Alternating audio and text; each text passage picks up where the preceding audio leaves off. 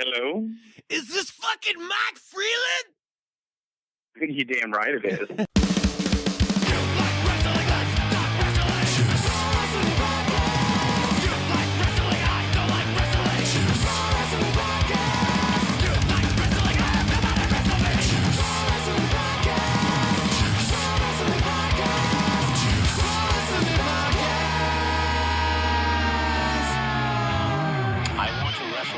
So freaking bad. Wrestle me.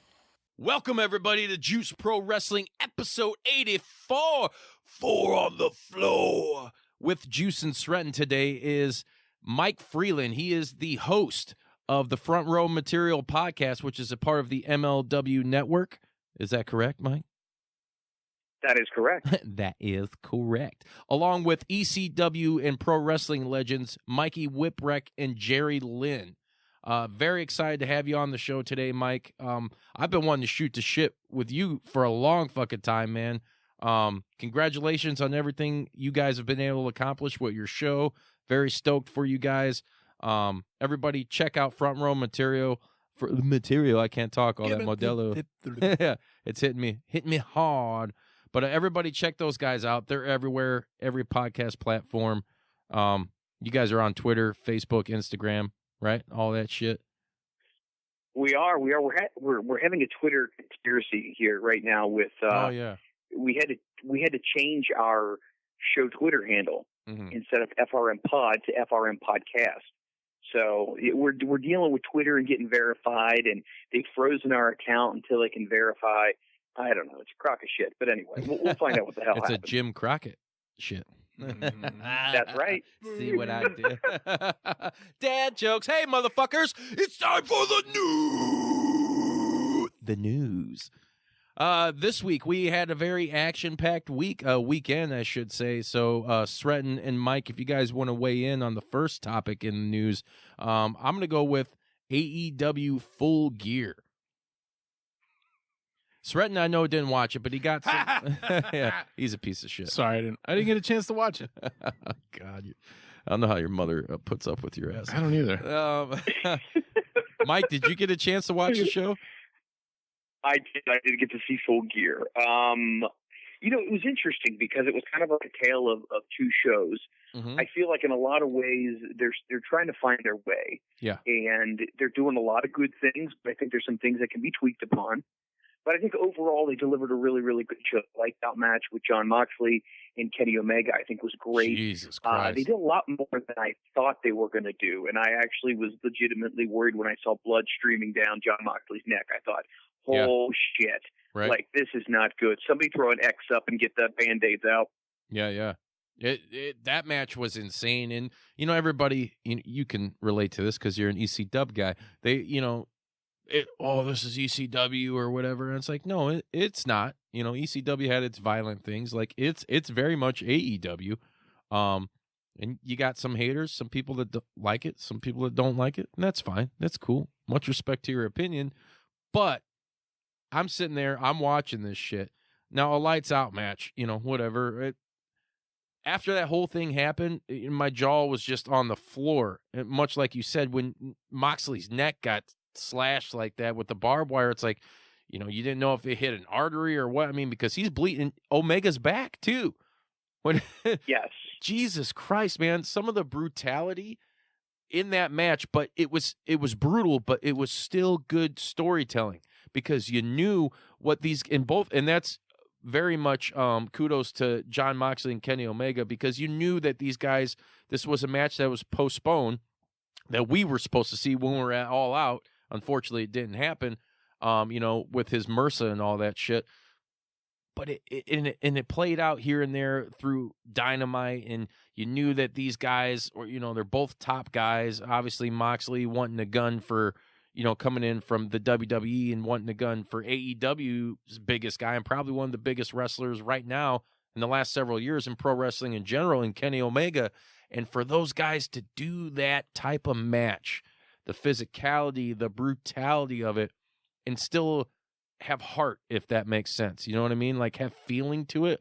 It wasn't just a desensitized, violent, for the sake of doing it. Like, and no knock to anybody in like GCW because I love some GCW shit as well. But it didn't feel like that, like it was happening just for the sake of being violent, you know? Do you guys think it was a classic match? Yes. Like, do you think this was a match that people are going to be talking about a few years from now? I think so. Well, that's a good question. I do think because the infancy of what AEW is, we haven't seen something like that before.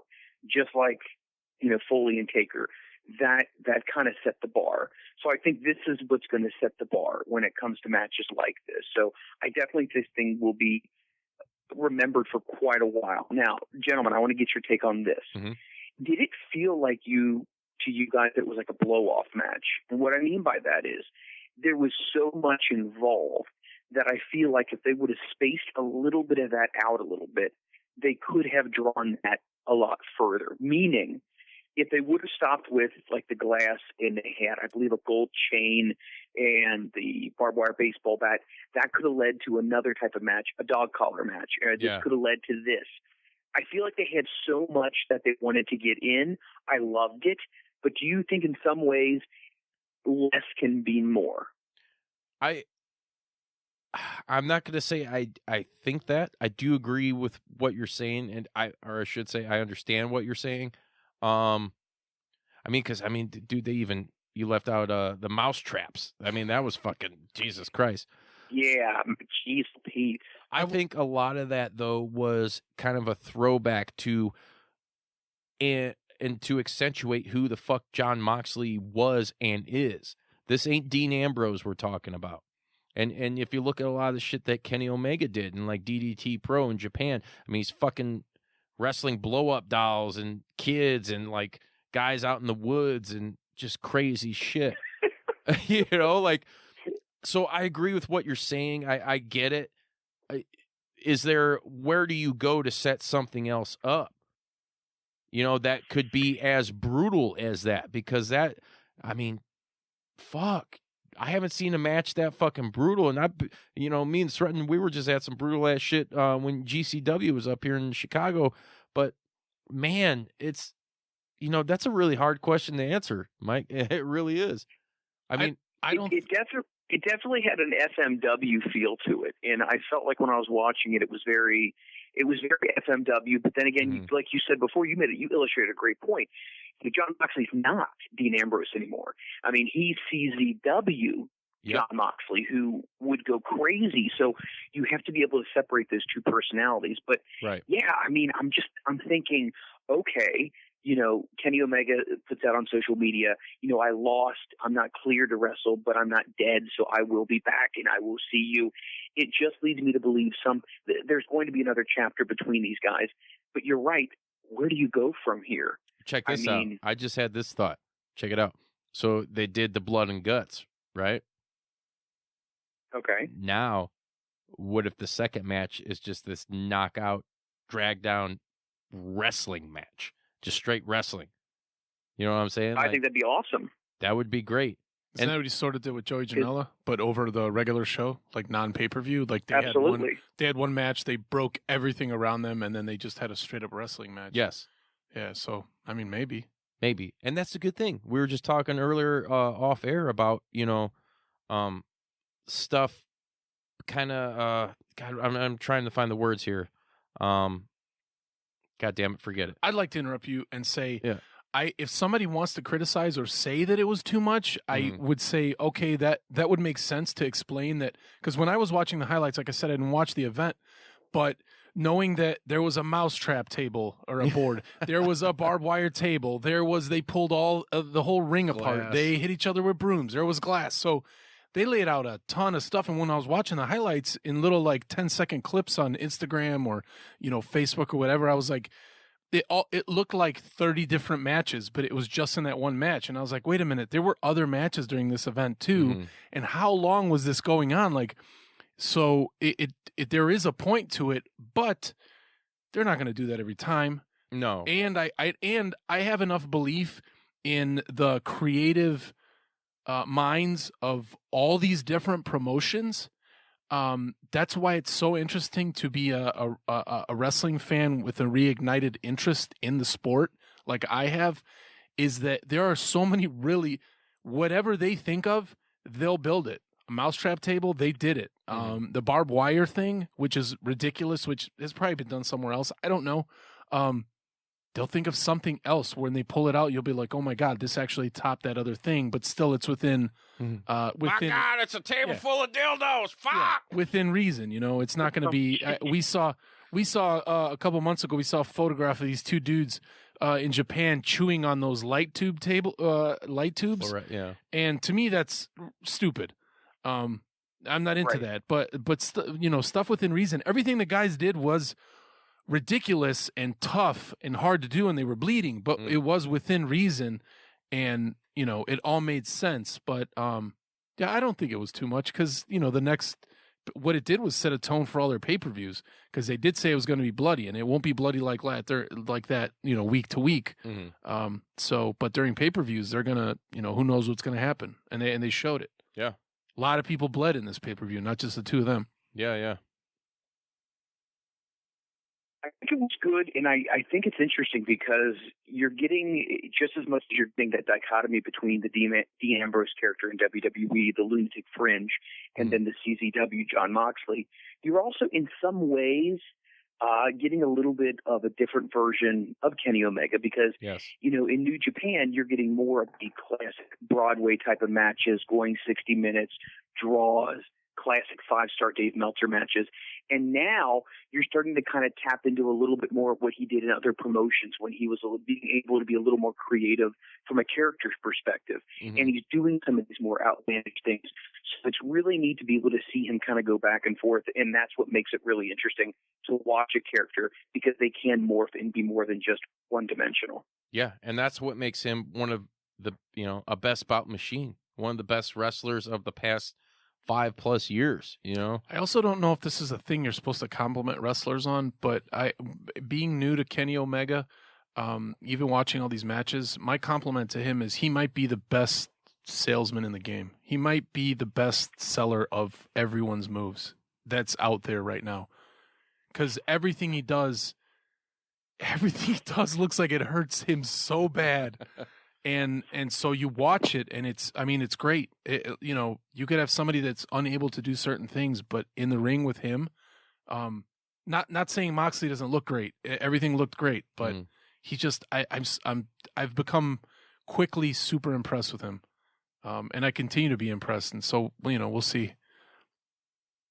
Well, somebody who I also thought, and you guys can comment on this as well, this is kind of going back in the day, which is a perfect setup for what you guys do. You hit the rewind, and you go to present day.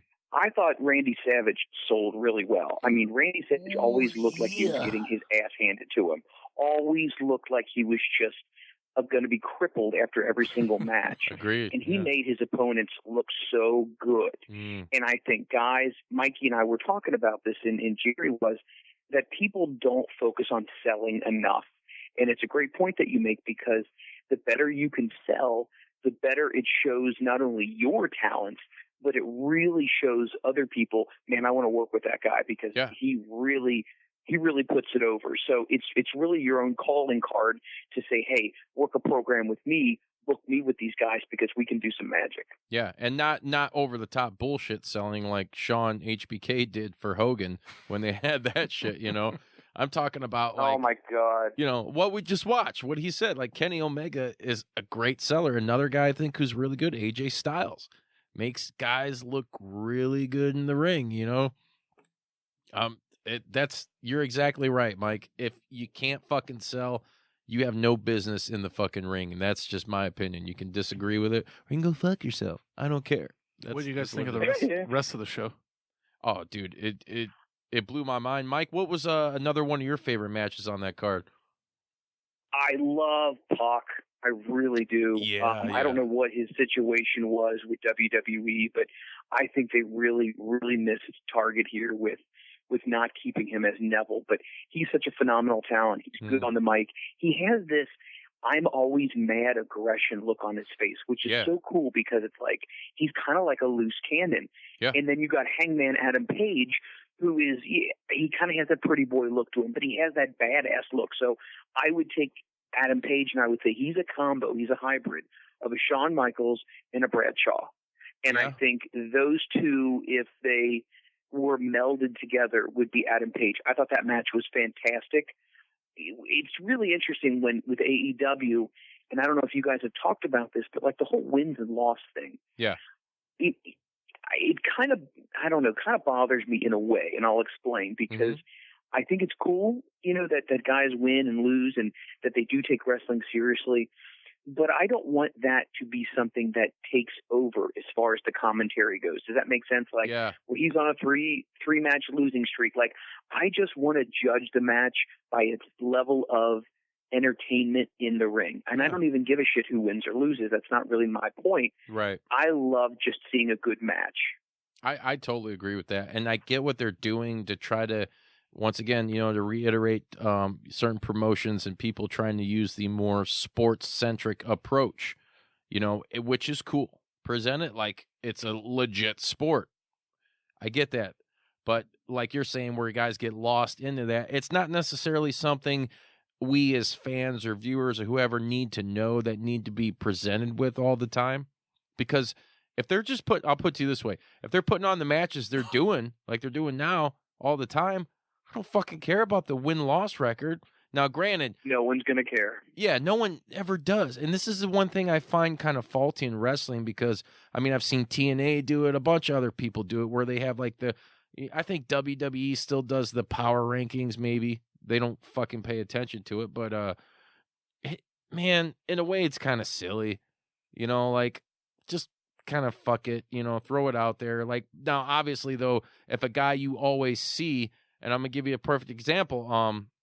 Tom Lawler, I think he's fucking great. He's transcended in He's amazing. Pro wrestling. He's a great guy.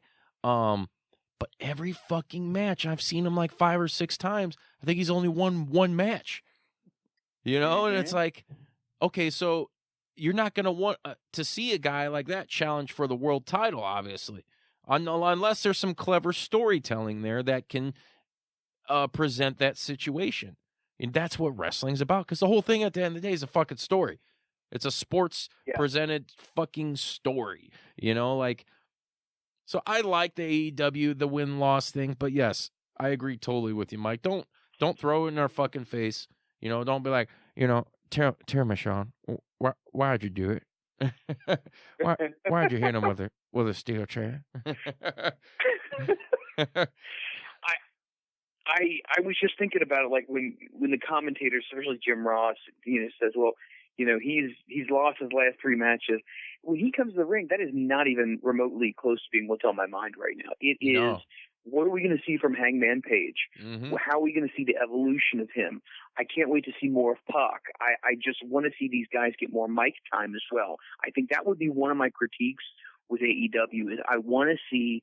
And I know that's the one thing we all complain about WWE, way too much fucking talk time. Right. But we just got a little bit, because I feel like some of the audience members who are tuning into AEW do not know as much about these guys, unless you're a hardcore fan and you've watched the indies and you've actually seen these guys, because they're not yet household names outside of your Jerichos and outside of some of your other more known stars, even across in Japan. But you got to give them a little time to explain who they are. And I think if you're able to do that, you are really going to start drawing people in. Oh, yeah. Totally. They need to... But I love that match. Loved it. I do. You know what else? And we've talked about this before on the show, because I was surprised to see him pop back up. One of Jerry and Mikey's homies, Taz, a guy who I was... Man, I'll be honest with you. I didn't really give 2 shits about his commentary in WWE. And by the time he got to Impact, I thought it was great when he was Joe's like manager. I was like, man, that's perfect right there. And then he got back into the commentary booth, and I was like, ugh. The yam bags or whatever. I just, for whatever reason, I didn't like it. And then it's been a few years now since he's done it, and I hear him on Dark, and I'm like, man, him and Excalibur had a really good chemistry, and he did really good. And I was glad to hear him again on, what was it? I think it was the buy-in for AEW for this pay-per-view, and he did really well. So I'm kind of surprised by that. And hey, Taz, shout out to you, bro, because I used to not dig you as far as the commentary, I love the human suplex machine. Don't get me wrong, but the commentary thing, man, he's knocking it out of the park for AEW. I hope they do some more shit with him. And that's an interesting thing. I think that Taz is kind of a polarizing character because I think you either really, really like him or you're kind of turned off by him. Yeah. And as far as my take on him, he carried when he was with Josh Matthews. You needed Taz because Josh Matthews, in my opinion, was so weak. And I don't mean that in a personal attack on Josh. I just felt he tried too hard. Yeah. And it came across that way. But I think it became much more natural because also you got to think about this. He had extensive experience working in the WWE, and he had Vince McMahon in his ear. So, I mean, if you're going to succeed anywhere, you're going to get a lot of experience through working with Michael Cole, working with Jerry Lawler. Yeah. You're just going to get that groom aspect of it. So I wish him the best, and we'll see where this takes him. But it's funny you bring up Excalibur. I'm digging him. I am absolutely digging Excalibur. I personally think that he is one of the top commentators in wrestling right now. Love the guy. I couldn't agree more. I think he's amazing. He's got it all. He's a guy that he gives you a little bit, and this is to me, and I mean clearly on his presentation, not like his voice or how it sounds or anything, but the way he delivers and does things. He reminds me of like a Mike Tenay mixed up with a Jim Ross, mixed up with almost like a Mauro Ranallo. And a lot of people may not know Mauro's been in the fucking game for a long time. I mean, we're going back to like Calgary Stampede shit. He was doing stuff when they're. I love him. He is great. Phenomenal. He's great. If God damn, I'm gonna have to do an episode now on commentators. Damn it, Mauro is really great. He is like the shining beacon of light as far as WWE commentators go because I can't stand most of them anymore. Pretty much all of them. I don't. Michael Cole fills the role and does his job, but who cares? I've been listening to that guy for so long now, and I'm sure he's fed up of having Vince in his ear like, you don't say that or you say this, and fuck all that shit.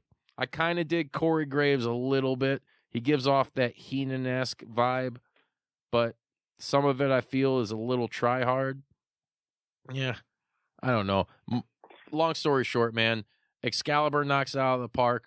And Mauro is, dude, he is absolutely amazing. If not, probably probably the best one in the game right now.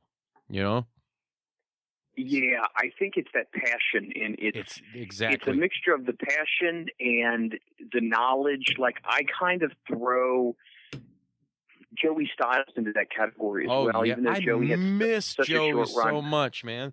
I miss him. I'm trying through my ECW contacts to find out how I can get a hold of Joey, because I would love to have him on and just kind of tell some stories from everything that he'd experienced working with Paul Heyman and the original ECW and what that was like transitioning into WWE and their version of ECW, which I know was absolutely, according to a lot of the ECW originals I've had contact and I've talked to through Mikey and Jerry, it was not the right way to go. Drizzling shits. We just had Johnny Swinger on.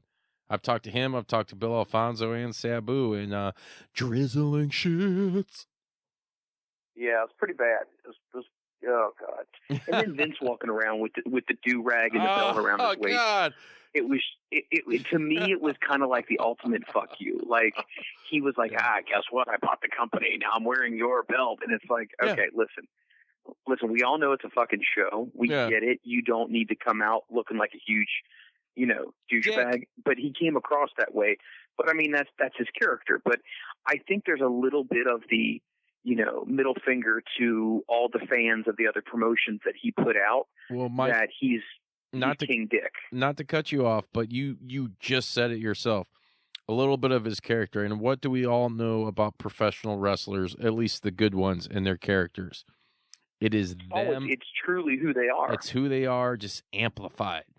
So, come on. Yep. Vince is Vince, You know he loved that motherfucker was probably doing a crip walk when he bought WCW, and ECW is like, oh, what's going on? Oh my God. You know, doing some crazy ass shit, Vinnie Mac. You know you can't deny it. But yeah, he's that guy, whew. Pure garbage, pure hot garbage. Anyways, get back to the on topic real quick so we can end the news segment, which has gone extensively long. And that's because of our non-sponsor, Blue Chew. If you want to talk about a segment really long, just get Blue Chew and it'll extend your time.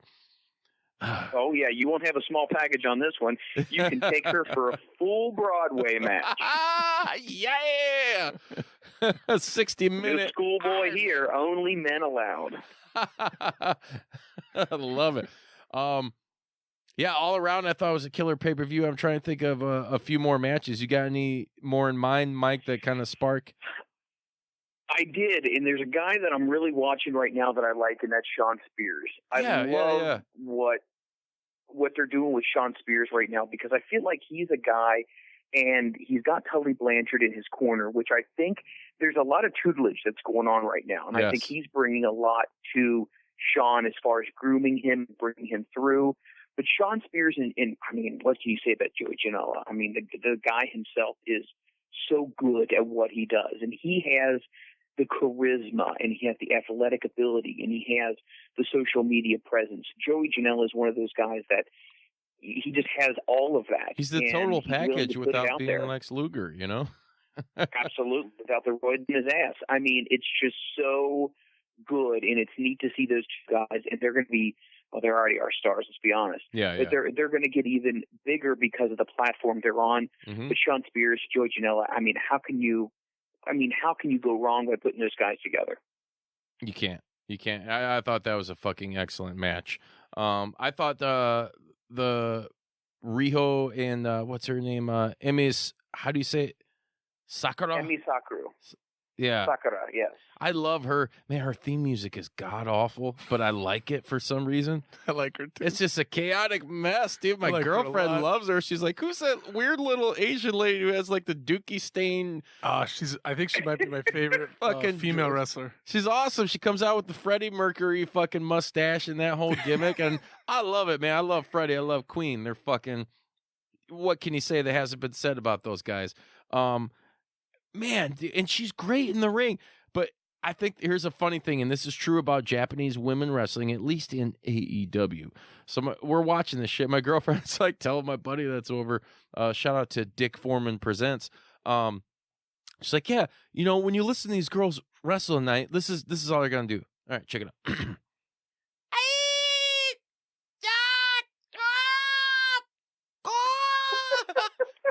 And that is exactly what happened.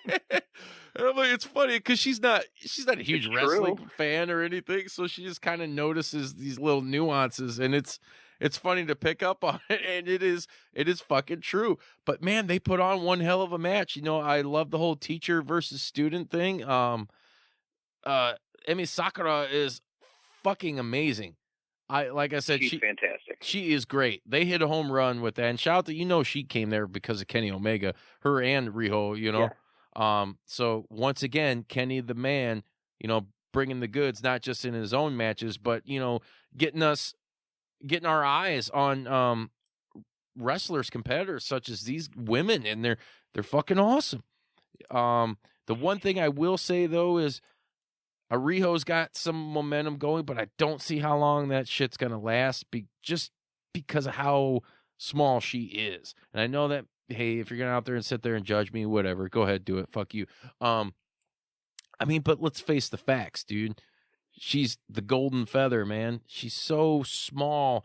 It's at some point they're gonna be and this is what I feel the weakest division for AEW, unfortunately, is the women's division. Even though they have some names, they have some top stars, but I would look at a company like Impact. Their women's division is fucking stacked. With that's the thing. I don't know how much further they can go with the whole Riho thing because she's not fluid in English. It's going to be very hard to cross over. She's got a good thing going now, and I'm not knocking her. But I just don't see this title reign lasting a long time. I mean, at least maybe I don't want it to, if I can say it that way. Maybe. It does make sense. I mean, you can suspend disbelief for so long. Right. And she's going to get in the ring with somebody else, and whether or not she's technically sound and she can do a lot of moves, that's fantastic. Mm-hmm. But somebody is going to get in there and Brock Lesnar her. I mean, they're going to ragdoll her. Right. And I think there's a lot of women out there who are really, really good, and I would love to see Tessa Blanchard switch over and come to AEW. Like, I literally, figuratively speaking, not literally, cream my pants, because I think she would be such a great addition. I'm talking cream corn here, my friend. Appreciate the She disclaimer. came over. I'm telling you right now, we're going straight aisle 7 Kroger's, because she is so good at what she does. Yeah. So good at what she does. She's like one of the best wrestlers on the planet, just period. Oh, my God. Like, my favorite woman wrestler right now, and this may or may not be popular, and I've loved this girl since the second I saw her, is Shayna Baszler. I am a Shayna Baszler fanatic. Okay. Like, I was talking to Jerry and Mikey, and I said, I would love to see a Shayna Baszler Ronda Rousey match. I think that would be friggin' amazing. They would tear it down because they both come from the same background. Yeah. They both have that fiery passion, but Shayna, in my opinion, is going to be huge. Yeah, I think so. I mean, she showed it. I wasn't too big on her at first. But like kind of seeing her show up when they did the NXT thing and her kind of squaring up with Becky kind of solidified what you just said for me. It's like, yeah, she belongs. She belongs there, man. She's got that legit background. She's held her own on NXT television. I'd like to see where she goes from here. It's funny that we were talking about Emi Sakura. And why is it that we all turn Asian whenever we try to say something like that? You know what I mean? Like, you gotta say it. Sakura. Sakura. Yeah, you have to. If you don't, you just sound like an inbred redneck. And I know. Trust me, I'm in Ohio. I've seen a lot of those people. Man, you know that family tree doesn't fork. The Emi Sakura. I'll tell you. Hey, so you're a video game guy. I gotta break this in real quick, right? You play video games, Mike. All right, check it out, Sren. You know what I want. You know what I want. Old school. Bust it out. Do you know what sound effect this is from? Yeah, check it out.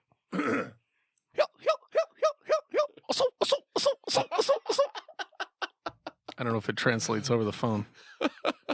Oh shit! I'll give you a huge hint. It's Nintendo Entertainment System. Okay, all right. Is this wrestling related? No, this is fighting related. This is not fighting related. Very simple name. Yeah, very simple. One of the martial arts. I'm so glad you're helping me out here. God, I feel like Jerry Lynn right now. Like, what? Who are you? Fighting. So it's not Street Fighter, obviously. No, it's a type of martial art. Combat. No, it's a type of martial art. Type of martial art. Yes. I'm just gonna give it up. Okay. Maybe he didn't play. You're gonna have to go ahead. Is it Kung Fu? That's it. Kung Fu. Oh, Jesus. It's like the second game that Nintendo came out with. Yeah.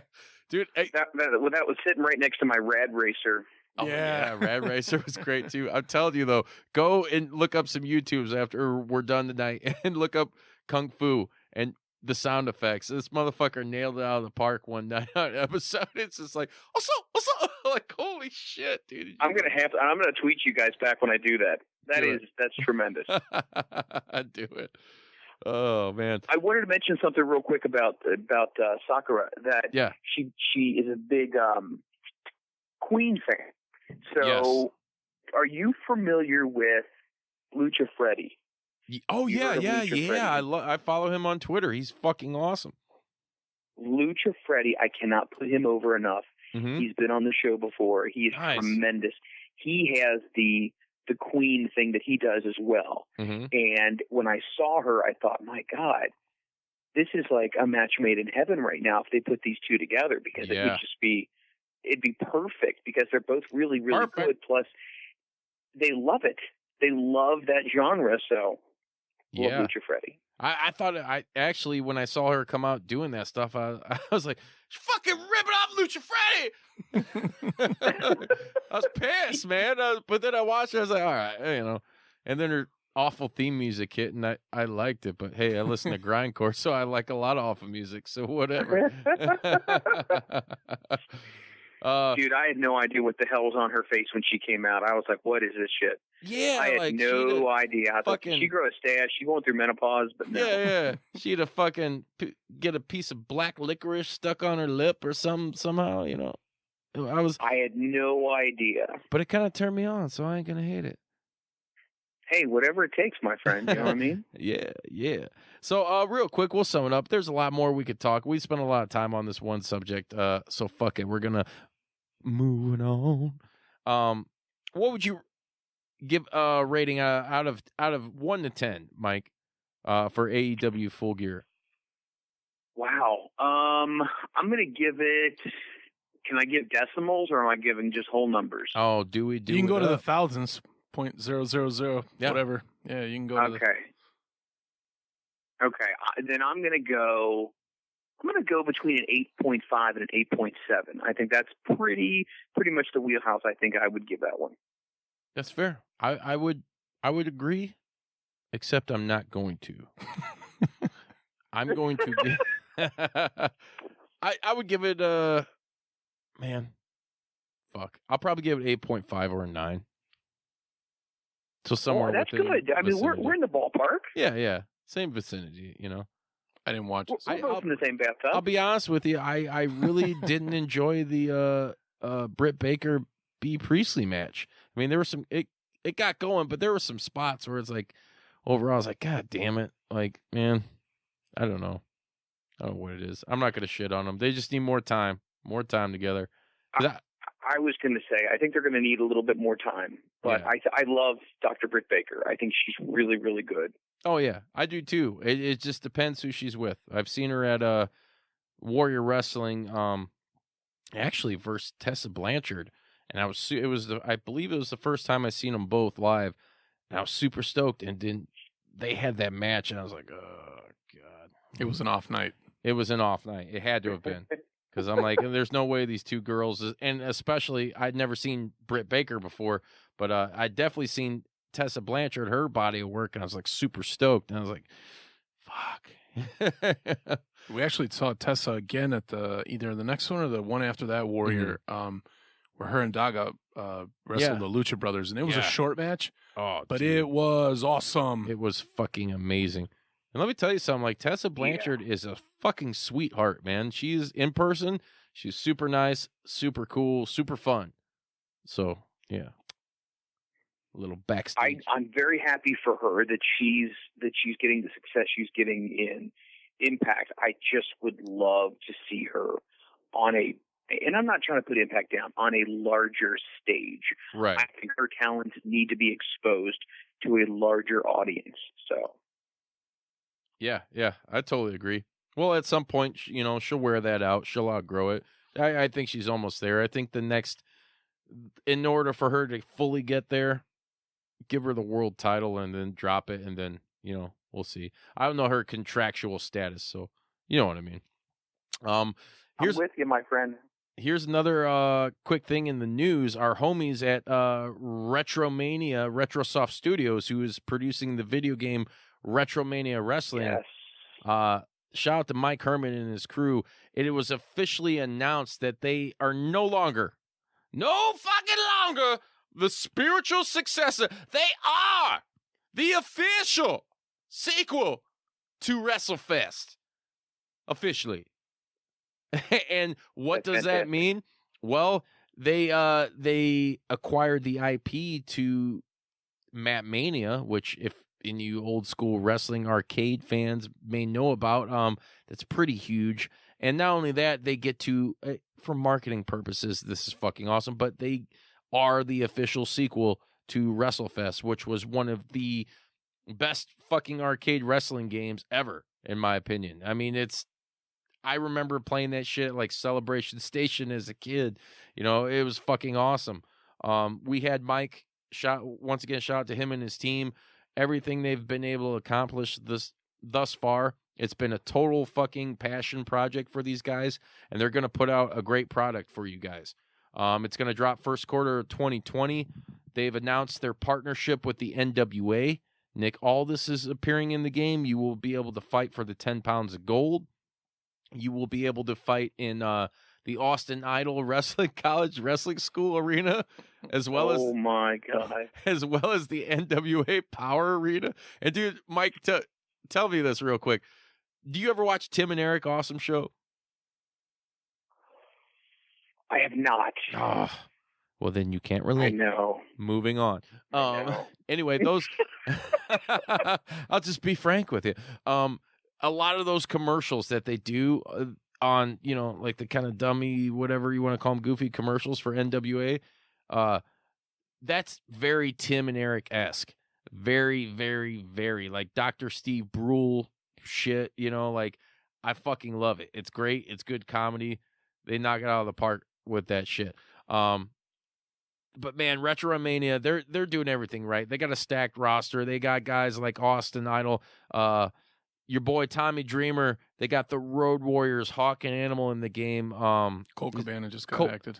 Well, no, Colt Cabana's been on there for a while. Has he? Yeah, but he just won a title. Yeah, you piece of shoe. Is Blue Meanie in that bad boy? No, not Blue Meanie. The whole entire Blue World Order, buddy. Oh, that's tits. I love it. Yeah, and they're working with Stevie Richards on doing like a home console. Like when we were talking to Mike, if you guys out there listening, go back and listen to episode 78 where we talked to him about this. But him and Stevie have a really cool working relationship, and they're trying to get like home cabinets and stuff built. Man, dude, it's gonna be a great game, man. Like I said, House of Hardcore is being featured in it. Tommy Dreamer, you got Hollywood Nova, you got Big Stevie Cool, and you got the Blue Meanie. There's Zack Sabre Jr., John Morrison, a.k.a. Johnny Mundo, a.k.a. Johnny Nitro, a.k.a. Johnny Impact, a.k.a. Johnny What the Fuck. So many Johnnies. So little time. But yeah, man, they're knocking it out of the park. So everybody be on the lookout. It comes out on Steam. It comes out on PlayStation 4. It'll be out on Xbox One, as well as Nintendo Switch. So they're going to be hitting all you guys up. If you're looking, I know everybody's disappointed about the WWE 2K20 fucking bullshit and how awful of a game that was, and just all the bugs that continue to somewhat plague this fucking game. If you're looking for something a little more fun, a little more alternative, then Retromania Wrestling is where it's at. So check them out. And once again, shout out to Mike and everybody involved. You guys fucking rock. Anyways, next segment, finally, it's time for the Wrestler of the Week. Yeah, Mike, are you ready for this shit? I'm very ready. I'm stoked. I got a boner right now. Who's the Wrestler of the Week? Ooh, can I see it? The old school Wrestler of the Week. Wrestlers of the week in this case. We're going to go with some guys who have kind of been all over lately. The Rock and Roll Express. Yes. They are probably the most decorated tag team because they are up there in age and they still go at it and a decent enough. I don't want to say a high level, but a pretty decent high level. For those of you that watched Full Gear, you did see Ricky Morton do the Canadian Destroyer, albeit in slow motion. It still happened. He did, and he also did a tope suicida outside of the ring as well. By God, suicide! It was fucking great. I flipped my fucking lid when that shit happened. I fucking love it. The Rock and Roll Express, these guys, we're talking NWA, we're talking AWA, we're talking WCW, WWF. I didn't say E, fuck you guys, even though they are WWE Hall of Famers. Why'd you point at me? I'm just pointing in general. It's like I'm shooting a promo and you just happen to be the guy in front. Fine. Yeah, deal with it. These guys have been around forever. They have a huge body of work. So whether you have the WWE Network, go and search the Rock and Roll Express. Go down that YouTube wormhole and check these guys out. They are actually the latest episode of NWA Power are going to be debuting on that. So not only are they members of the current roster of the NWA, they've made appearances with AEW, and these guys have influence. Their influence is vast. I mean, if you go back to guys like fucking even Mike, the Rockers, man. Come on. Yes. There would be no Shawn Absolutely. Michaels and Marty Jannetty without the fucking Rock and Roll Express. Amen. As a matter of fact, I'm gonna give it a couple seconds. Can I get you guys to be involved in something with me? Go for it. All right. Check it out, Mike. I need your participation. I'm here. On the count of 3, we're going to give a little 2-second chant for the Rock and Roll Express that consists of rock and roll. Are you ready? You have to leave me ready through. when you are. All right. Let's go. Rock and roll. Rock and roll. Rock and roll. Rock and roll. Rock and roll. That's right. Fuck everything. The Rock and Roll Express is in the motherfucking house. Yeah. It's through my favorite pen. I'll be back. These guys have influenced guys like, like we said, the Rockers, all the way up to the modern day sweethearts, the Young Bucks. One of my personal favorite tag teams, the Young Bucks, Nick and Matt Jackson, or Matt and Jeremy Buck, if you're talking about TNA time, Generation Me era. Man, dude, what a body of work these guys, and this. To still, even though Robert Gibson's kind of got that googly eye, which drives me a little insane, but I mean no disrespect by that for you out there listening, but it just drives me insane. I still love the fact that these guys go out there and they fucking compete, dude, and they do it for their age. And when you look at these guys, they're not built, they're not jacked. I mean, there's guys that are their age that have a good body still. These guys don't. They look like they've just been fucking sitting around doing God knows what. Oh, thank you. Have you seen? Go ahead. Have you seen that picture on social media of Beefcake and Greg the Hammer Valentine sitting in like chairs next to each other? Have you seen that picture before? I'm trying. Not offhand. I can't remember. Oh my God! I mean, if you want to see how the mighty have fallen, you need to look at that picture. It's on social media. You can probably Google it right now. Beefcake and Greg Hammer Valentine. No offense to them. In their day, they were great. But now, if you put long hair on them, they look like lactating women. That's all I'm going to say. Yeah. Well, I loved Brutus. Wow. Last time I seen Greg, they've aged into my fetish. Yeah, ungracefully. I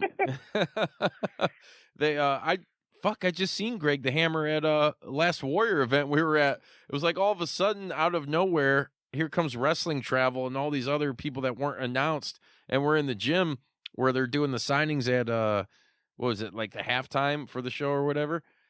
And there's Greg the Hammer Valentine. I'm like, what the fuck? I'm like, nobody's going up to him, like, which is kind of weird. And I was like, I felt bad, but they did once they knew it was him. Yeah. But how do you fucking not know? Look at that face. He's got like that stone cold droopy face, and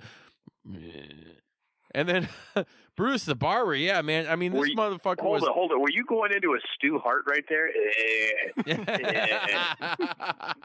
Well, not Come on anymore. down to the dungeon. You want to get Come on down to the dungeon. I'll stretch you a little bit. Make sure you pull up your underpants. Martha's making pancakes afterwards. And then we're going to wrestle the bear. Dude, I'm telling you right now, I don't give a shit how interested into wrestling I am. I told this to Mikey on an episode. Mm-hmm. If you had a chance to go down to Stu Hart's dungeon, would you? Mikey said in a heartbeat. I said there's no fucking way I was going to get down there and get on all fours in a basement that has padded walls where you can't hear shit. Wait, did you just say you were going to get on me? The man. Mike was not about to get 4 on the floor. I was not. I tell you what, that happened one time at summer camp. I got ice cream for it, but that was the last time I was going to do that. Yeah, it happened to me once, and this guy was oh, wait. Never mind. Yeah. So moving on, the Rock and Roll Express, like I said, check it out. Check them out, I should say. YouTube, WWE Network. They're on NWA Power, which new episodes drop every Tuesday at 6:05 Eastern. You can check them out anytime you want, so fucking look them up and do it. Next guy is a new school guy. The guy I'm wearing his T-shirt, Joey Gimmick right here. the one, the only, the sleaziest of them all, Joey Ryan. Mike, what's your take on Joey Ryan? I mean, I like Joey. I think Joey does his thing, and he does it really well.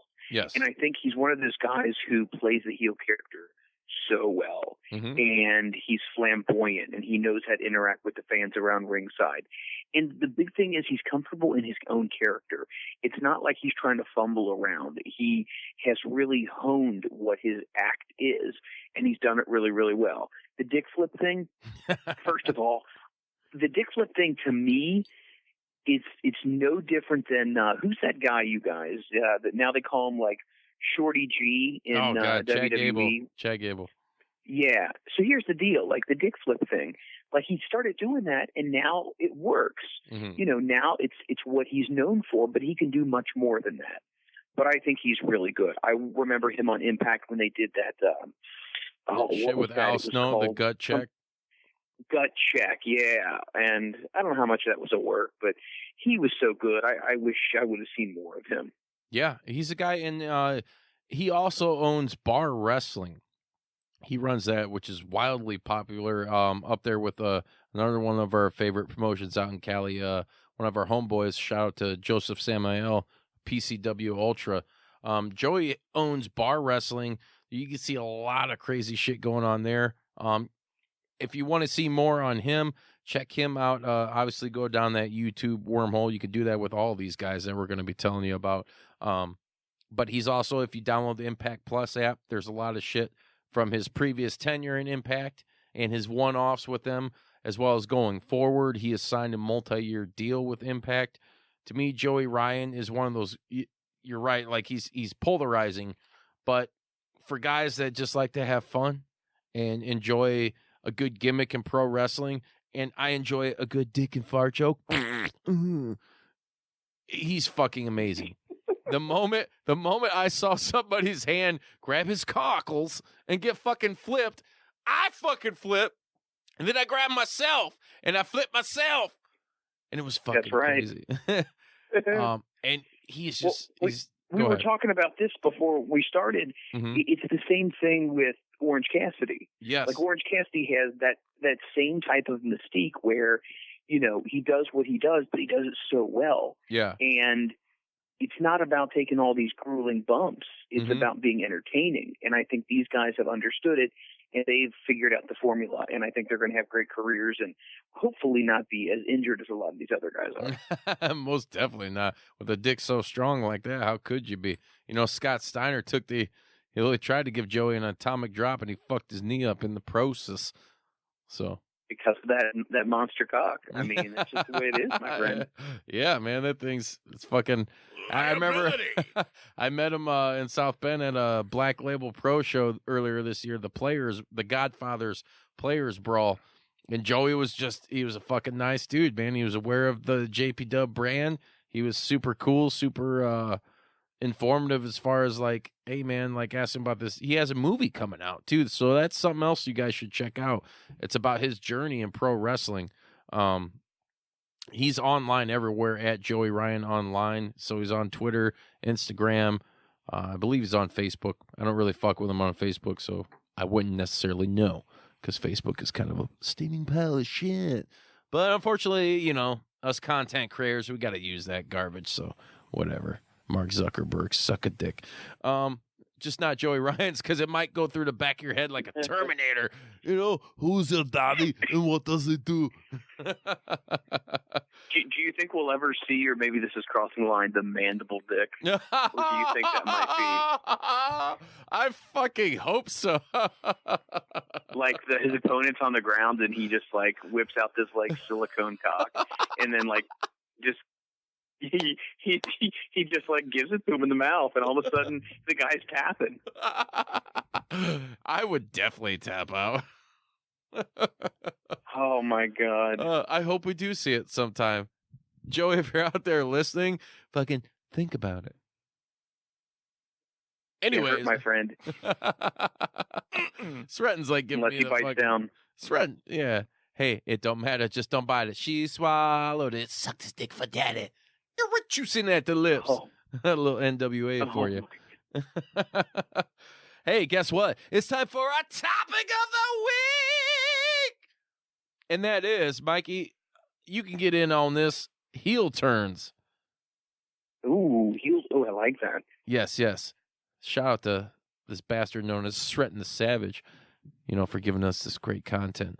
But anyways, to me, and obviously I'm going to base this off of he was a heel already, but going back to earlier when we were talking about AEW Full Gear, MJF finally pulled the plug and fucking kicked Cody in his fucking dick and splintered that relationship, and in turn he was already a huge heel, and everywhere MLW is a huge fucking asshole heel. Everywhere he goes, huge heel. But AEW, he was kind of playing up. He was like a likable guy. And he finally squashed that. We saw it happen when he turned on Cody at Full Gear, Maxwell, Jacob Friedman. So kind of using that as a modern day take, what are some of your favorite heel turns and, dare I say, the most impactful heel turns, Mike? Oh, my God. The most impactful heel turns. I could think of one that I would say is the most, but I'm going to let you give your opinion first. Wow. Let me think here. There's so many different ones that I think about. Like,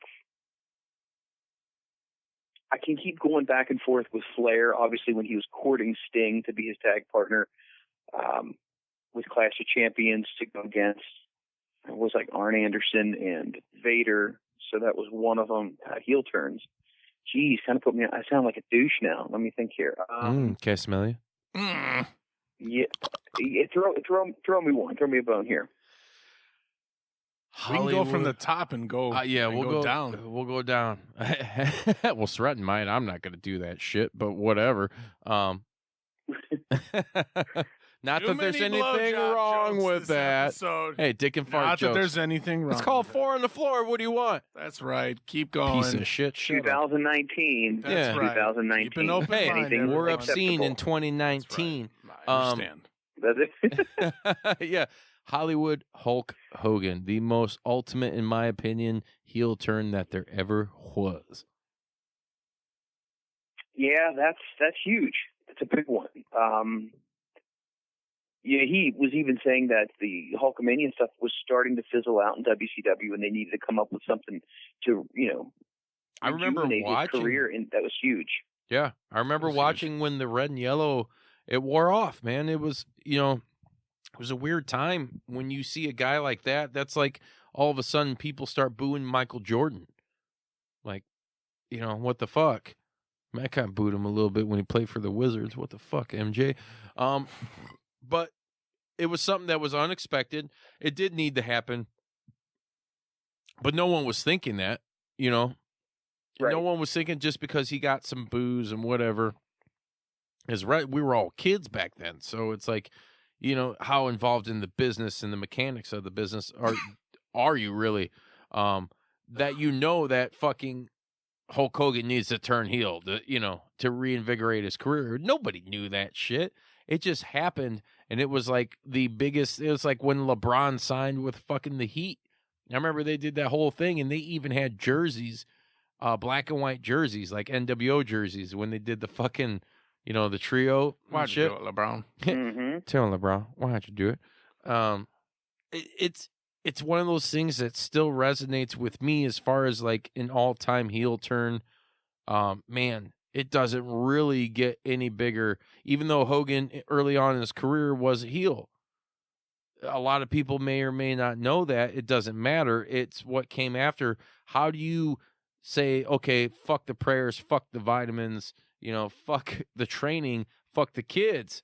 You fans could stick it.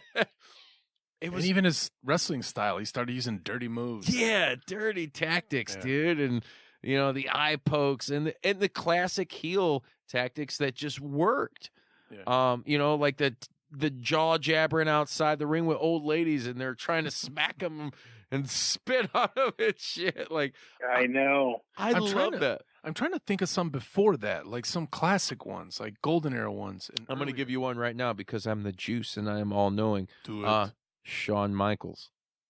Oh, God, you just took it out of my mouth. I was about to say well, I never put it shop. in, but if you insist. All right. Well, hey, anything's possible. We're all friends here. Yeah, when you're 4 on the floor. Yeah, go ahead. Go ahead and discuss that a little bit, Mike. I just like the fact that at the time, I think WWE was really backing Marty Jannetty as being kind of the babyface guy. And then all of a sudden, things started to change, as they say, plans had changed. Shawn turns on Marty. He goes on his own way. And I think Shawn even actually said in interviews that he wanted to kind of do his own thing as well. Yeah. But that was a big thing because the Rockers were loved. In all the WWF catalogs and everything, they were everywhere. I had the Hasbro figures. Yeah, they were a big deal. And when he turned on Marty, that was huge. And then throwing him through that goddamn plate glass window, it was like, okay, the Rockers broke up. Now we've just seen a homicide. Like, what in the fuck is going on the barbershop? Yeah, your boy Brutus back in the mix. Oh, my God. And that guy, okay, just really a little side tangent here. That guy, he's a little weird, okay? Let's be honest here. Walking around in the, cut-up outfits with the fishnets, getting a little more bloated, still rocking out the Ricky Morton haircut, walking around with his big pair of shears. You know what I mean?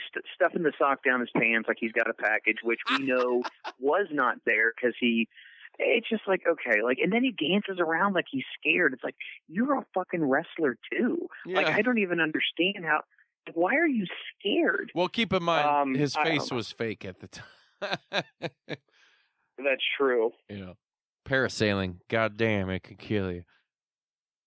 Like 48 screws and 8 plates. Jesus, I took my car to the shop and I had less work done. Touche. You must have went to Pet Boys. Good Lord. At that point, why don't you just fucking say, okay, maybe you know what? I need to retire. I lost my face. That's probably not a good thing. Well, Shawn lost his smile, but he got that back. He did get it back after he got basically his ass kicked by 9 Marines in a bar in New York or Syracuse or something. Yeah, he got Jesus fucked up. But yeah, I would have to say that was a huge moment as a kid. To see that happen, like you said, Mike, the Rockers were so over, dude. I don't even think they really reached their full potential. And if I'm not mistaken, you guys can leave your comments. Let me know and correct me because you guys love to do so. I think I'm trying to think here. I don't think they ever won the WWE tag or WWF tag team titles. I think if they never had the belts. Nope. There was one time where they did, and it wasn't a televised deal, and they immediately dropped them. I can't go in any further detail, but you guys do your online research. I like to pull everything from memory, so that's why I fuck up a lot, because I don't like to be the dude sitting here with fucking notes like no, fuck it, I'm pretty sure they did win it once, and it was immediately it was like a 24-hour thing or something like that. And it was fucking flick me off, Sren. And then they lost it. But yeah, that was another huge heel turn moment for me. I think another crazy one, man, it's hard to think of really big, impactful ones. I would just keep Hacksaw going from USA to Canada. Yeah, you know what? No, fuck. I'll throw that up there. In WCW, I remember that shit. After he was the janitor, I forgot about that one. He was the fucking janitor, and I'm like, and then he joined Team Canada after his whole fucking life. I was in utero when he was going ho, and now he's with another country. I'm like, this is ridiculous. Yeah. Yeah, we'll put that one up there. Well, also that moment when he was doing fucking blow with the Iron Sheik and he ruined the business. But, another day, another time, another story. Well, I mentioned it only because it was on my mind because recently there have been 2 or 3 of them. But it was the MJF turn. Mm-hmm. And then RVD started doing heel shit. Yes. I do like that. That's, you know what, Sren? You're getting it. You're a good boy. Who's a good boy? I am. Who's a good boy? Yes, he Anyways, is. then didn't somebody in WWE, wasn't there one of the females, didn't they do a heel turn recently? Oh, which one? I don't know. Cena did, I believe. Goldberg definitely did in WCW. Did you say Cena? Cena did. Cena turned. Wasn't there a recent one, though? Didn't one of the female wrestlers recently flip? Or am I...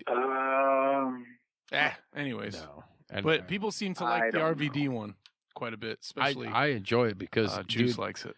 Man, he's fucking gone back to... It's like watching... I've said it before in the last couple of episodes. He's ECW RVD again. You know, as far as like the promos and shit, and just like, hey, you know, whatever. Not the WWE shit where it's like, RVD, whatever.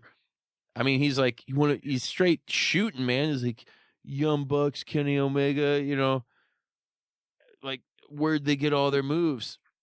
From me. It's like, you know how I thought of those moves? He like points to his head. He's like, yeah, that's where I got my moves from. Like, I didn't take them from anybody. And he's just, there's a lot of other shit that you guys can check out. Go on Impact's YouTube channel. Hey, here's my thoughts on Rob Van Dam. He got a lot of his shit from Jerry Lynn. So yeah. Let's be honest here, Mr. Monday Night. Okay, because Jerry's the whole effing show, or the new. He was the new effing show. Yeah. Very interesting. If we had to segue into like one of the best feuds, and we've talked about, we've done ECW episode early on, but yeah, the RVD Jerry Lynn shit was just fucking amazing. You know, it set the bar for and the standard for a lot of today's shit. So that's it did. I mean, I was talking to Jerry and I was telling him a lot of people emulate what Jerry did. Yeah. And I mean, he worked in so many promotions. You know, he was a Ring of Honor, a champion. He was a champion in WWF. He was a champion. He's an X Division champion. Right. He did Impact Wrestling. He was the ECW World Champion. Mm-hmm. He did so many good things. His match with Steve Corino was awesome. Yeah. So it's one of those deals where, and he's actually, a lot of people may or may not have seen this on social media, there is a likeness of him on the tag titles that the Bucks had put on there. Yeah. The Cradle Pile Driver. Yes. Speaking of which, if you'd like to give a Cradle Pile Driver, you need to go to BlueChew.com, use promo code ECW, and get your first order for free. Just pay the $5 for shipping and handling. Chew it and do it. Yes. I'll pay the $5 for handling. I can handle I'll tell you what. I'm about to take some as well. I am ready to see what's going to happen here. He's going to be man Mountain. Not that I'm needing anything, but you know what? It's not a bad idea if you want to go that extra mile to blue chew it up, my friend. But always remember, play safely, wrap it up. That's right. You know, priapisms are a real thing. You know, you don't want Professor Gangrene invading your bedroom. You know, you don't need any of the STDs, or you don't need any of that stuff. So no, not at all. So on to our. With that being said, on to our next segment. We just went like into like health class or something like that. Sorry about that, guys. Speaking of people health, need to know health class with Mr. Buzzcut. Education budgets have been getting cut all over the country, all over the world. You guys are just doing your part. Right. Kick me in the Jimmy. We're doing our part to entertain, but yet also educate the youth about when you get that feeling in your tummy and you get excited, you need to make sure you wrap that little bastard up. Yeah. Or it's entertain, abstain, you know. That's right. Very true. What did you say, Wallace? Next topic? Oh, God. Promotion of the week. We're going to go this time. We got a couple real quick. So Impact Wrestling, Access TV, you can watch them via YouTube and the Impact Plus app. And there's a lot of superstars. Actually, both your boys, I believe Mikey competed as well in TNA, right? Yes, he did. I believe he actually worked with a guy we had recently on the show, Julio De Niro. He was also there. Yep. And they brought in a bunch of ECW guys back in the day. And, it's interesting because Julio and CM Punk were fucking an amazing team. Like, so good. And Julio tells a story how they just found out, we're gone. They had like a 7 or 8 match winning streak, and they were getting over like you wouldn't believe. And all of a sudden, gone. Where'd they go? Where'd they be? You know what? They went down. Yeah. Down where? Down there. Yeah. Yeah. Down. So here. That's for everybody watching. I love it when who would do like the crotch chop really like dorky, like was that Hogan when he would do the whole like he would just like freeze, like his hands would do like this motion towards his junk, and then he would stop like mid thigh and like his hand would wobble. And that's right up there with Mike Tyson when he did that absolutely ridiculous DX thing. Yeah. Oh my God. Get the crotch chop right or don't fucking do it. No, and his arms were like locked, and he just kept like rotating the hands around the penis, and I'm like, Jesus, you need to stop. Yeah, exactly. If my punch could knock humans out and put dents in cars and bust concrete, I would never have my living, breathing weapons around my penis either. I'd always kind of hover around there. Can you imagine? No. Can you imagine what that would be like if Mike Tyson wanted to have like rough foreplay? Holy shit. You better have a life insurance policy because, oh my God, that would be like a hardcore match right there. Like his wiener, not to get down Wiener Avenue, but it's like the size of Hornswoggle. Not that I've seen it, but I've heard. Nice. It's just like, oh. We've had Swoggle in the studio. I think you're absolutely anatomically correct on that one. That's why I'm a professional in this media world. So. Next promotion. Next promotion. Shout out to our boys at Black Label Pro. And this is going to kind of segue into our next segment here real quick. But you can check them out via independentwrestling.tv. That's IWTV app. Sretton, you've been enjoying the fuck out of this app. Why don't you tell people about it real quick? I've been watching a lot because I use the promo code. If you join Twitter and you're new to the whole thing, there are a bunch of different wrestlers that give promo codes for like a 20-day trial, which what I currently been using. And what? I got some whispered in my ear, and I can't hear it because I got headphones on. Anyways. It's got a bunch of Midwest, I think East Coast and Southern like independent promotions, and the way the website's laid out, everything is great. But BLP is featured on there, and pretty much everything they've done over the last year or two. I'm sorry, again, I'm new to it. And my biggest thing is I like to see how they produce everything. I like to see the camera stuff. I like to hear the commentating. I like to see the new wrestlers, and so. 2 days from now, Black Label Pro is doing Slamilton, and we will be in attendance. It is going to be a pretty awesome show. So on these cold winter months, there's nothing better to warm you up after you have Blue Chew is the independent wrestling show. Man, I went to a different independent wrestling show a couple weeks ago, and it was one of my first ones outside of Warrior. And they're so much fun. And in these winter months when you can't go outside, you can't barbecue, you can't do these things, you want to be entertained. These shows are great, man. They are affordable. Most of them are family friendly.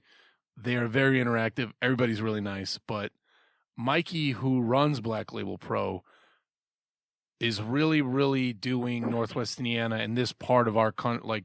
Like Chicago has a thriving pro wrestling scene. The best. And Mikey is, dude, he's doing a great job around here and really representing the region here. So, yeah, if you don't fucking believe us, then, I got something that'll make you believe. Because real quick, Slamilton, if you guys want to get tickets for it, it's blpwrestling.com, or if you want to buy some merch, blpmerch.com. They're on Facebook, Instagram, Twitter, and all that shit. Like Sren was telling you guys, you can check them out. If you can't attend live, if you're not in the area, it's going to be at the RDS Gym in Crown Point, Indiana. You could watch it via Independent Wrestling TV. Download the app. It's a fucking killer app. Let me reiterate that without any blue chew. Yeah. Anyways, I'm going to run down the card real quick for you guys. For the BLP Championship, you got the Diamond Tiger, Kobe Durst, one of our homeboys and alumni of the show, going against Blake Christian. You have a 30-minute Iron Man match with Violence is Forever versus the Workhorsemen. You have the Independent Wrestling Championship with the man who rules all ass, Warhorse, Jake Parnell versus Tony Depan. I don't want to say Depen because it sounds like fucking depends, like them diapers for old people. You got Eric Stevens versus the Walking Weapon, Josh Alexander. You have the Battle of Jakes. That's right. Jake Atlas, who is actually signed to WWE and going to be reporting soon, versus Jake something. You have the BLP Tag Team Championship. You have Blood Diamond versus a lone Ethan Page. All ego Ethan Page. It's going to be kind of weird to see. Maybe he's tagging with Invisible Stan or something, from GCW. I don't know. Fuck it. It's going to be fucking crazy. You got the BLP Midwest Championship. You got AJ Gray versus Gary J. Hey, if you're a rapper, you can make that thing work for you. I'm not even going to attempt to try because it'll be too good for you. You got one of our homeboys and future guests on this show, Filthy Tom Lawler versus Brett Eisen. You got Ren Narita versus Isaiah Velasquez. You got Smiley Kylie Ray versus Billy Starks. Love her. Yes. Yeah, she's great, man. She's great. Don't know why or what happened with AEW. Doesn't matter. But she fucking tears it up. We love her at every event we see her at. You got one of our homegrown talents here, UFC, I believe he's a Hall of Famer now, Stephan Bonner versus Logan James. And then you have one of our favorite tag teams, the Space Pirates, consisting of Shane Saber and Space Monkey versus No New Friends. So that's going to be a fucking stacked-ass card. It's going to be great. And Mike, if you ain't doing shit, take advantage of that fucking promo code and watch. Oh, hell yeah. That sounds awesome, dude. I need to get myself to one of those shows. Seriously, we have family up in Chicago, and we typically go to something called the Chris Kindle Market. Okay. It's we usually go up there. It's like a German festival type of deal. Yeah, so we usually go up there. Singing but and laughing. I haven't had a chance to go up there. Yeah. That's a cool But I little definitely thing need to get back to Chicago. It's an awesome city. Dude, for sure. I mean, and you're out. What part of Ohio are you at? I'm in Cincinnati, so I am in the very southern region. So I'm you're OVE? OVE boy? Yeah. I was just hanging out with those guys, smoking some reefers with them. And Impact All Glory. I don't care. No shame in my game. We're all Midwest guys, man. Let's do it, dude. Like, Seren was saying, like, dude, Chicago really is the fucking hotbed for professional wrestling just in general. And whether it's indie wrestling, like freelance wrestling, shout out to those guys, Freelance Underground. You got Warrior Wrestling, who's got a stack card, bro.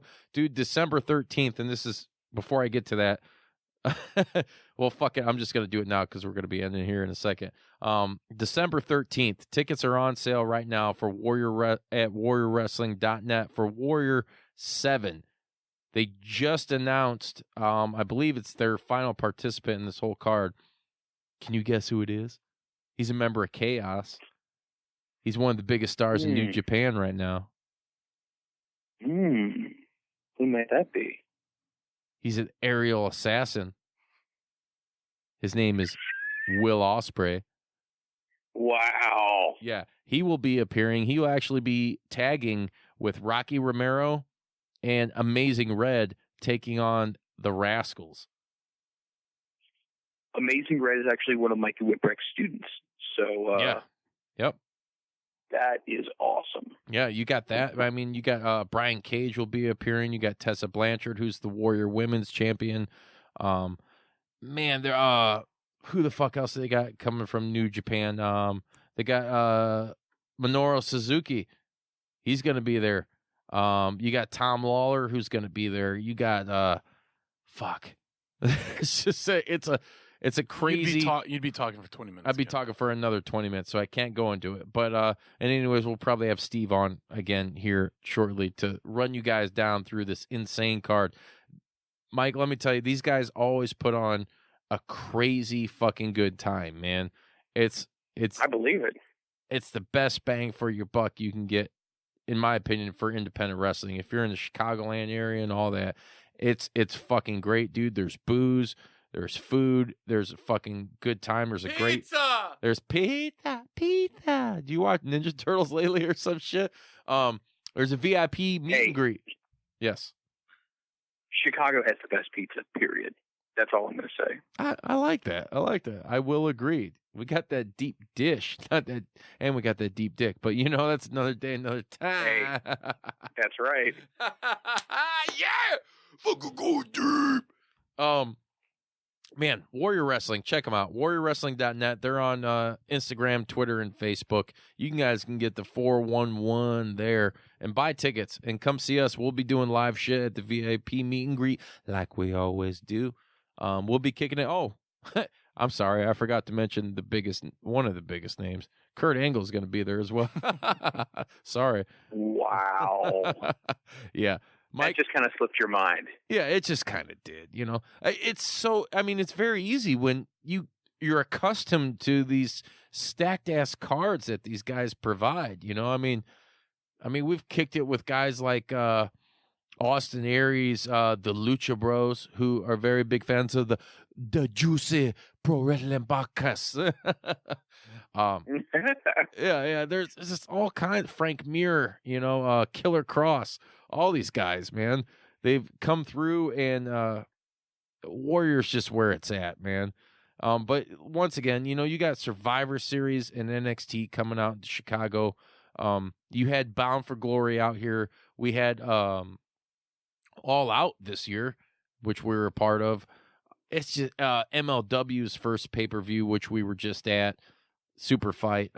Man, Chicago is fucking it when it comes to like pro wrestling as a destination. I don't give a fuck whether it's cold, rain, snow, or shine. Chicago's rocking, and we're showing up, and we're showing up and fucking with some passion. That's what I love about Chicago, just sports fans in general. It does, it could be basketball, football, wrestling, baseball. Motherfuckers are down, Well, I'm a big hockey dude and a big supporter of the Blackhawks. Yes, and I fucking love you! Dude, it doesn't get any better than the Blackhawks. It doesn't get any better than Pete's in Chicago. Yeah. Listen, if you think that you have a better place to go, you need to go see a doctor, because Chicago's the town. That's what's happening. It's a wrestling town. We talked about before. It is the place to be. So I could not agree with you guys more. Yeah. Entertainment in general. I mean, you want to talk about food and entertainment and sports. It's a fucking hotbed. I'm sorry we don't have the fucking California weather or any of that shit, but we got the best entertainment, the best food, and really the best people, minus all the shootings and all that shit. But anyways, another day, another time. Hey, on that note, I would like to thank everybody for listening and all the new subscribers. We got a plethora of you motherfuckers in, and I fucking love each and every one of you. Please tell your friends about the show. Tell your friends about Front Row Material. Check us both out. Juice Pro Wrestling, Front Row Material on Facebook, Instagram, and Twitter. Oh, yeah. Hit us up. Are you guys on YouTube?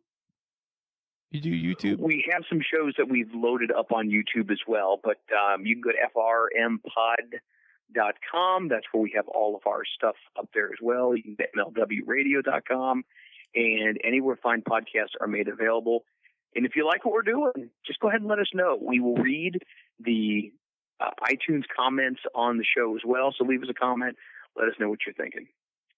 That's right. You fucking let them know so they can let you know. And until next time, we gotta wet them up, wet them up, wet them up. I'm so fucking wet! I can't stand it! Ah! All right, that's a wrap.